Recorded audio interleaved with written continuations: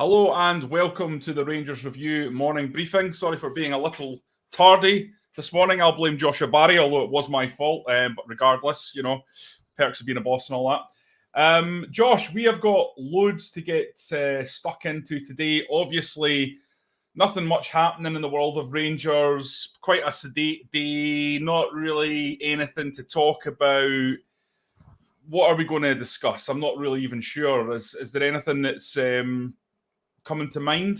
No. Well, I put in the description, Jonny, the biggest game at Ibrox in 14 years. I don't know if you disagree with me, but certainly I think that's common opinion. And yeah, so much to discuss, as you say. The teams, the occasion, how Rangers manage it, the manager's comments. So looking forward to it. It's going to hopefully be a memorable one.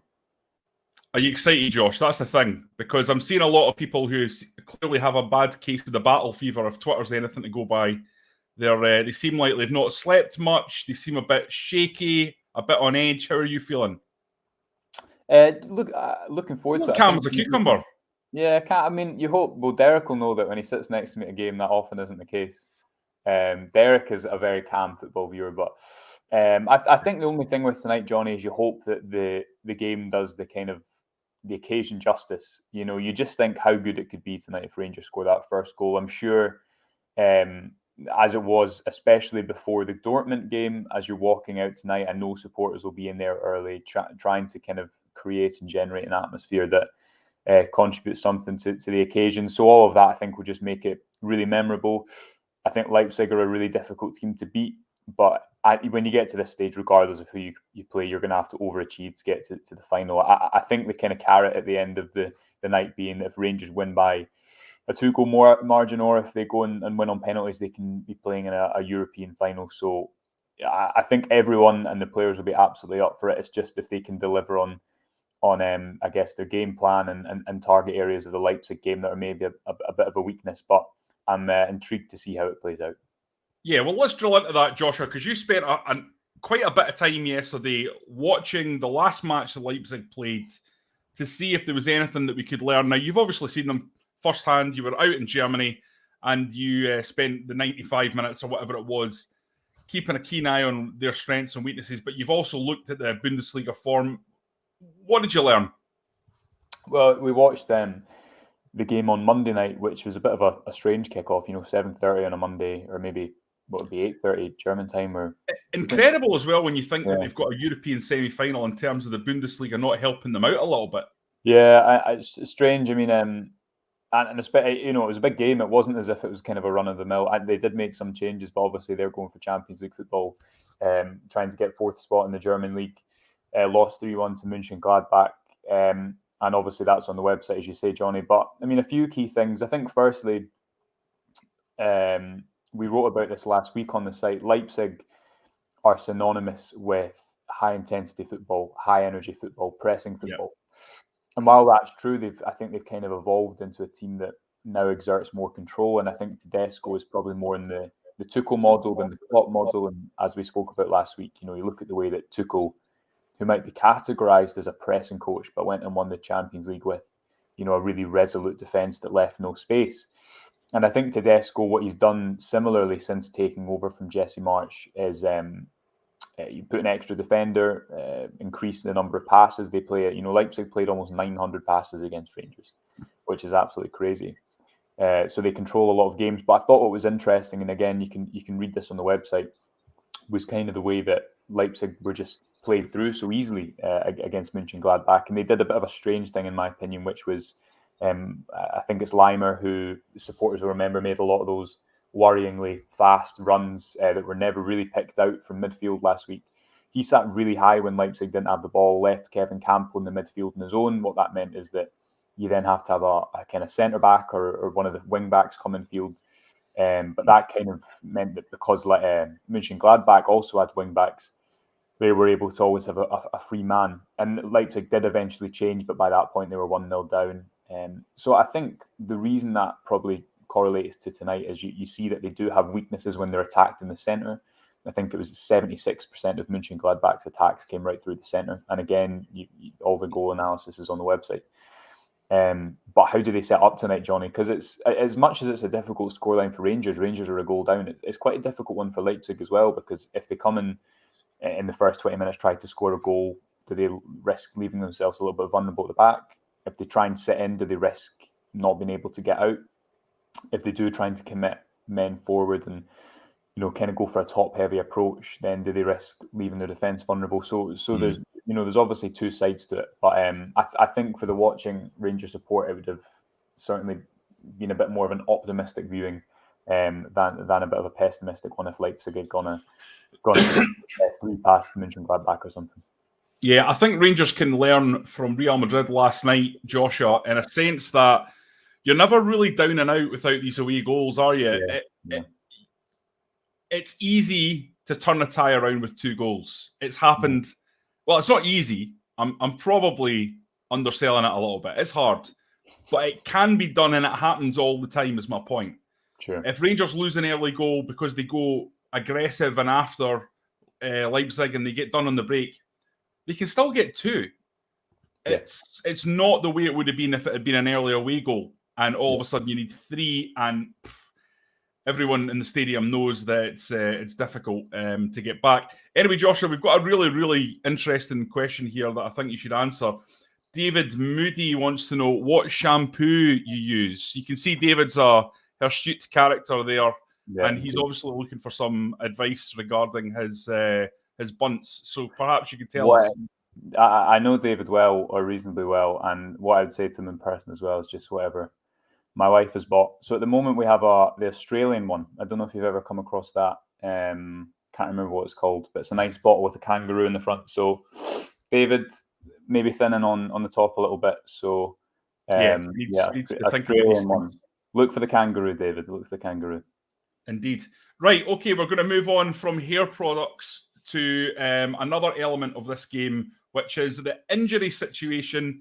Kemar Roofe and Aaron Ramsey, of course, they were thought to be fit and available for this tie, but Giovanni Van Bronckhorst yesterday was being rather coy about whether or not they would make it. Josh, what's your take? Because I noticed this morning, I didn't notice last night for some reason, it didn't twig with me how controversial it was as I was sort of webbing the content, that you have actually decided not to include Kemar Roofe in your side, but all the noise, Joshua, all the scuttlebutt, the rumour suggests that Kemar Roofe is fit and well. Why did you avoid putting him into your team? Well, obviously it doesn't actually have any impetus on what happens, but in terms of, predicting, I mean, I think the Van Bronckhorst has never really played these mind games before, Jonny, and I know it's a semi-final, but you look back to when Aaron Ramsey didn't play in that Old Firm or even come onto the bench and Celtic knew that. Sorry, Josh, I just want to point out other good shampoos are available. Okay. Doesn't have to be your Aussie brand. Not used that one. So I don't think I just don't think he's the type of manager that would do that deliberately. He's quite straight talking. Nothing suggests that he would play those type of games. And I think you look at, obviously Rangers put a training video out yesterday, and I think Aaron Ramsey was in the background. I don't think Kemar Roofe was. And I'm sure, of course, there will be an element within the club of trying to keep it a little bit secretive, because when you get to this stage, take any advantage that's handed to you. But I think Van Bronckhorst is probably being legitimate when he said they're close, they probably could play, but I guess maybe it's going through a final training session. We don't know what the process is for getting these players back on the pitch. And in saying that, the reason that I probably don't think Roofe will start, and maybe sourcing public opinion now, the general opinion is that he will, is just if he's not played in a while, do you want instead, he's not going to be able to play 120 minutes, I'm sure, if he's not played in 2 weeks, or you wouldn't imagine. So maybe, I guess, Jonny, it depends on the injury, because he obviously did play a couple of 120 minutes or almost 120 minutes in the Celtic semi-final just before his injury. But I think maybe it's a case of you want to start fast, start aggressive, and then if you do get to 60 minutes and it's 1-0 or you still need a goal, you can bring on Roofe and Ramsey, because I think in an end-to-end game, neither of those players, and you've seen this, I think, with Ramsey in the Cup semi-final, doesn't have probably the legs that he once used to. But you also see for the the penalty award, in particular against Braga, the intelligence of those players playing together. And when Rangers get players around Kemar Roofe at home, I mean, he was excellent in that Braga game. He technically scored a hat-trick that was ruled offside. So do I want Kemar Roofe on the pitch? Of course I do.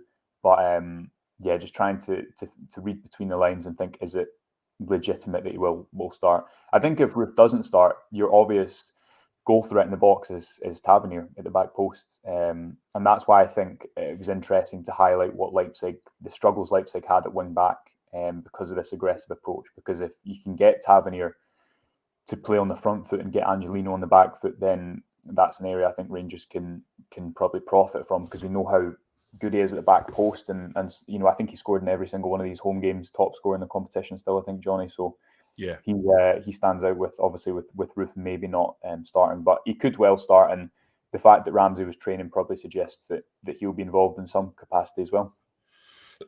Yeah, I think Ramsey will be on the bench, but I think Roofe will start. That's my official belief going into this one. In terms of the bookies, Joshua, they're not confident. Gallant Pioneer saying 4-1 for Rangers to qualify. I think that's quite generous. I think it's quite generous too. I would suggest you all go out and put a tenner on that. I think that's a good deal. As I've said for the last few days, I'm completely serene and confident that Rangers are going to go through tonight.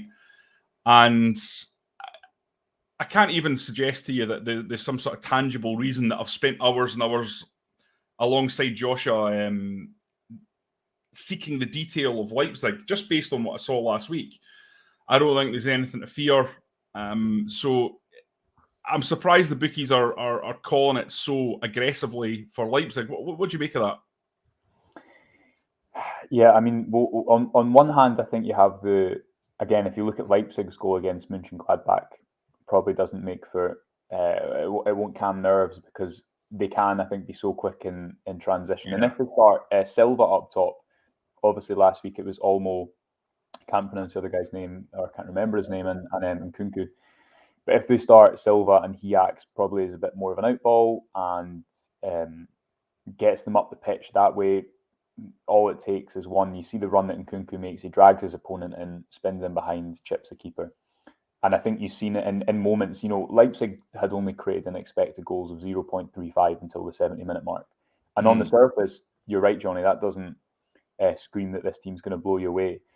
But to prevent them to that degree, Rangers had no shots on target. So there's the trade-off. So if Rangers go and open up a bit, which they'll have to, Leipzig will presumably have more chances. I think what you would say is, we'll get onto our teams and maybe the structure of the teams, but I think Lundstrom will be so important, maybe playing between the back three and the midfield. Yeah. I kind of think that part of me thinks that Van Bronckhorst might match up with Leipzig just so he can get his full-backs or wing-backs really high and have that added security, and maybe have John Lundstrom come into the midfield when Rangers have possession of the ball. Because I think, as you say, Leipzig, almost 900 passes last time out. They're a team that likes to control, but also they possess players within that team that are so quick and so devastating. But then you look at that Dortmund performance. I know it was a different game, but Dortmund had to come and attack Rangers. And I thought Rangers, Dortmund only opened the scoring on that day through a corner goal to mistake, don't they? So this team don't struggle normally keeping the ball at the net. I think it's just striking that balance, which will be difficult. And Leipzig will know that Rangers will try and score early, because Rangers have to. They have to keep the crowd up with them. And they've scored the first goal in each of the last 3 rounds, haven't they, Jonny? But maybe without Roofe, how do you do that? I think Barisic will definitely start because of how good his delivery's been in a couple of recent Europa League games. And I thought Joe Rebo as well was actually quite good against Braga, so he'll have to have another big performance. Do you start Fashion Zakala? Because, you see at the weekend, even though he can be so unpolished, out of all your forwards, he's probably the most likely to score a goal. Ryan Kent, but then do you sacrifice Ryan Kent off the left? Probably not. Yeah. So it's not an easy selection issue, but I think that again speaks to how well Van Bronckhorst has done to get this group of players to this stage of the competition, because firstly, it's not his group of players, and secondly, he's not had 2 of the most important members of it. But here we are, a game away from a European final. Yeah, Joshua, I mean, we're, as you say, the hours ahead are all going to be about this most important game in 14 years. And yet, the chat has turned into the Joshua Barry hair chat. Scott Marshall saying, "Enjoy the hair while you have it, Joshua." There's a good advice, young man. Aldo McNaught saying, "FS lads, turned into shampoo chat. Ha ha ha." And then we've got a few questions, Joshua. More people want to know how you keep such a lustrous mane. Okay. Scott Marshall, do you use gel or mousse, Joshua? Mousse when it's this length. Mousse, there you go. Scott, don't say we don't answer the big questions here at the Rangers Review. Danny Dorito saying, Joshua uses a natural protein we all produce. I don't want to get into that one, to be honest. I don't know what that means. Could be a little bit dodgy there. Let's move on swiftly to friend of the show, Adamski152. Adam Thornton, massive hater on back threes. Adam, just get your negativity away from here. We don't want to hear it. Back threes are the way forward. We all know this. He's terrible in the group chats. He always really, really negative about any kind of back three. He says, don't think we can afford to have both Bassey and Lundstrom at centre back. Come on. That's what I want here, Adam. I think he's right in terms of, you look. Don't encourage him, Joshua. But you look how high Bassey's played in when he's played in recently in a back three, and but then I'd maybe counter that point and say that their energy in kind of prevention was so important last week. If you look at their one-on-one defending against the front three that we just mentioned, to kind of keep them to 0.36 xG by 70 minutes, but maybe that allows. I think the back three is maybe what Van Bronckhorst will go for because, as I say, I think the wing backs are so important for Leipzig, and if you play a back four, you probably risk being outnumbered, don't you? But doesn't he just start with it? To me, sorry, this is just patently obvious. He's going to start with a back four with Lundstrom there to move into a three and whenever he wants. Yeah, sure. Change it back and forward. But I think often in these games, he started with the back four and then went. There's more pronounced ways of doing it, I think. So if you think of the halftime against Dortmund, that was a change of shape, but also a change of tactics. The way that Rangers sat in and were a lot more. They protected the space instead of going man for man. I think tonight, when Rangers line up, do you see Tavernier and Barisic providing the width, and then Kent and Sakala, Kent and Rebo, whoever it is, tucking in and playing nice and close to whoever's starting at central striker, or do you see it be slightly more regressive? I don't know, but I think what Van Bronckhorst has said, if you read between the lines when you've looked at his comments, I think the Dortmund game in particular, I think after that he said we wanted to start with a back four because we wanted to be aggressive. So you think, okay, well maybe that translates to this game, but obviously Leipzig play a different way. Leipzig play a back three, and Rangers played a back three last week. So we just have to wait and see. I'm not a huge fan of it normally with this Rangers team, but as I say, I think personally this Leipzig team are the best team Rangers have faced, better than Dortmund were when Rangers played Dortmund without Haaland. But that's my hot take for today. So I think especially because I think they're a better team with the ball. Sorry. They're fifth in their league. But he took over in November. Since he took over 25 games, I think 3 defeats, 1 draw. Yeah. I think he's turned them into a team that have a lot more methods by which to break you down than Dortmund did. And you only have to look at the home game that Dortmund had and how narrow they were. I'm sure I've tweeted out that pass map about 50 times. So what I mean by that is I think of all the teams that Rangers have played, Jonny, this is probably the team that you have to match up to a certain degree with, and maybe that'll lead to a back three. But I say we'll have to wait for the team sheet, but we still won't know when the team sheet comes out, as you say, because it could well be Lundstrom starting in a back three or midfield, and that's a really obviously valuable thing for the manager to have. Well, amid all the hair chat, look what's arrived. Very interesting. This is what happens when you start to talk about things not football. Dear, oh dear. So we'll move on to... no, I didn't want to put that one up. Oh dear. Sorry about that, BT Sport. CGM55 having a pop at BT Sport there. Right. Stevino Cadinho. His team is McGregor, Goldson, Lundstrom, Bassey, Davis, Tavernier, Jack, Kamara, Borna, Aribo, Kent. Josh, let's talk about Stephen Davis. Every time he goes into that Rangers midfield, I think the team look better. In terms of holding the ball, moving the ball, being a little bit more creative. Is tonight the night for Stephen Davis, or is it Glenn Kamara? I think probably Kamara, because I agree with you on Davis, but I just think that, as I've said before, I think Van Bronckhorst has favoured players who can win their 1v1 duels, and not that Davis can't. I think you look at him on Sunday, and I think you're right, he was excellent picking up those second balls, recycling possession, so intelligent. Probably that pirouette in the box. Oh, I know. That's not been talked about enough. I know. But he's... The thing is, he's still, obviously his contract's up in the summer, but you still think, could he just kind of step out for another year and come in and provide cam every now and again? But yeah, no, I think probably Kamara. Also, the thing is with Kamara, what does he give you is the option to play with his back to goal and kind of change the shape altogether again if need be. And obviously, I don't think Stephen Davis now at his stage in his career. Obviously, the last European run he was playing off the right, really, wasn't he? But now he's more of a number 6 and that's it. So understand the calls for him, but I just think, as I say, Kamara, the options that he gives you, much like Lundstrom, will mean that he plays there, and that's what Van Bronckhorst loves. I mean, even look at James Sands. I know he's not played much, but someone that can go into the back three. I think Van Bronckhorst just loves flexible midfielders. Also, maybe Scott Wright is a decent shout for a start. I know he's not probably who you'd want to start in a European semi-final, but I thought he made a decent impact against Celtic, and Van Bronckhorst seems to have trusted him again in recent weeks. For me, that you need tonight, regardless if Roof's fit or not, you need, Tavernier will step up and have a good game, because he always does. Lundstrom will, but you need Kent and Aribo, I think, to kind of seize their moment. Likely maybe to leave in the summer if they've not had their contract signed. I think this is the opportunity, Jonny, for Josh, sorry. I totally agree with you, and that's a great point about these players that are going to give you something. And that's why I'd play Davis over Kamara, because for me, Kamara's been a bit hit and miss this season. It's definitely his worst season since he was signed. Oh, yeah, definitely. And Davis rarely gives you a 6 out of 10. He's almost always 7 or above. And in the big games, with his experience, with his temperament, with his leadership, I'd go with Davis ahead of Kamara. Does that make the midfield a little bit too almost lacking legs a little bit?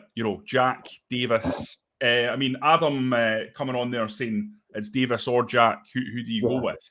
And I kind of understand that from a legs point of view.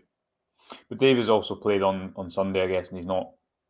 I just think you look at where the manager's not really played him in these games. You've got to probably look at the previous games, but I think everyone knows if you want a player that's going to open up a defence that's going to control a midfield, take the ball under pressure, Stephen Davis is probably the player that most Rangers supporters would want to see in the midfield. But again, you just got to look at what the manager's chosen so far, and Ryan Jack and John Lundstrom give you a lot of legs, allow you to isolate players, I think. And as I say, Kamara gives you the option to change, even though Kamara's not had a good season whatsoever.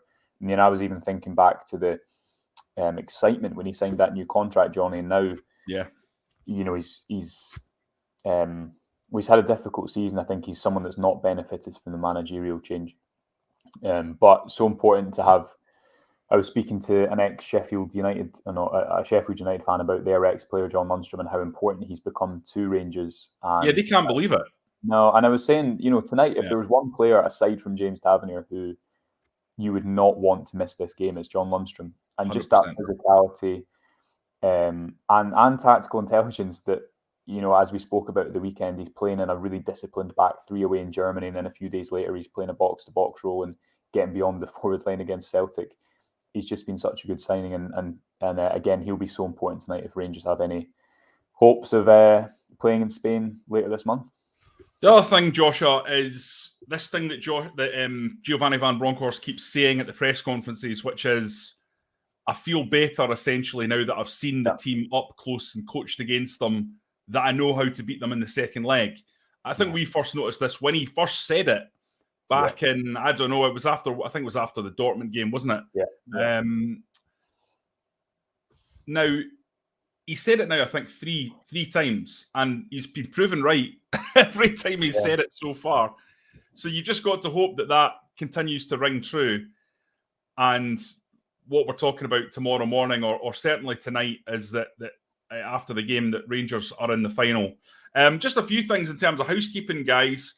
We will be doing a half-time chat live. So if you're annoyed at BT Sport for whatever reason, or you don't have it and you want to keep up with what our thoughts are at half-time, you can get us on Twitter Spaces. So if you follow at Rangers Review 55, we will start at 8:45-ish, and it'll be me and Joshua discussing what's happened in that first 45 minutes. Hopefully, we're talking about Rangers 3-0 up on an easy street, and we'll be delighted if that's the case. So, yeah, by all means, come on and join us for that. We will be doing loads of content on the website. We've got an offer on at the moment. It's £3 for 3 months before reverting back to the usual $2.99. Absolute bargain, obviously. You get all our content, and we'll have match ratings on there, analysis of the game, all the comment from Giovanni Van Bronckhorst and whatever players are put up for the media. Josh is at the game tonight in the press box. Derek is actually off. He's booked a holiday quite a long time ago and has managed to wangle himself into getting annihilated drunk while watching the game. So I will be here in my office channeling everything as it comes in, and Joshua will be there. I'm gutted not to be there. I think it's going to be an unbelievable night. I'm sure there'll be plenty of TikTok content, Josh, for you to get your teeth into as the world is wowed by the Ibrox atmosphere, and I think it'll go incredibly well on that regard tonight. Just hope that we can get there. Adam's saying that Derek's is a jinx, so that's great news. And he's actually got a point on that. Derek is a total jinx. He is convinced about that, Adam. He is absolutely convinced about that. And I sent him Derek's. I think it was his away record from away Rangers trips last week, and I think that is only further confirmed Adam's suspicions. So poor Derek, but I think Adam's convinced, as I say. Yeah, put it this way, Adam. I'm thinking about just leaving him to do the office stuff, and I will go to the final instead, because we don't want the big ginger bringing the club down. I mean, it's for the fans that we would do that. We would just make sure that he was as far away as possible. Perhaps we should send him to America or something like that. Get him off the continent, because he's becoming something of a cooler. There's no doubt about that. Right, okay, we'd better go. We're over. Predictions, Johnny. Predictions before you go. Predictions, yes. I'm saying 2-1 Rangers on penalties. Oh, no penalties. No. I really do not want that. I do not want that at all. That is too stressful. That'll be a I'm going to go. I think Rangers are going to go through. I've said that. I think 3-1 Rangers. I agree with a lot of the people in the comments who are saying 3-1. So hopefully, as I say, tomorrow when we come back, we will be full of joy, because we will be talking about. We'll be full of joy and stress, because then we've got to try and get ourselves to Seville, which might be difficult. But I think we've already got our accommodation sorted. It's the flights we're worrying about. So yeah, we'll see how that goes. So there'll be a mix, but that's a stress that we're more than happy to deal with here at the Rangers Review. Okay, folks, thanks for watching. As I say, get onto that website, get subscribed. It's £3 for 3 months.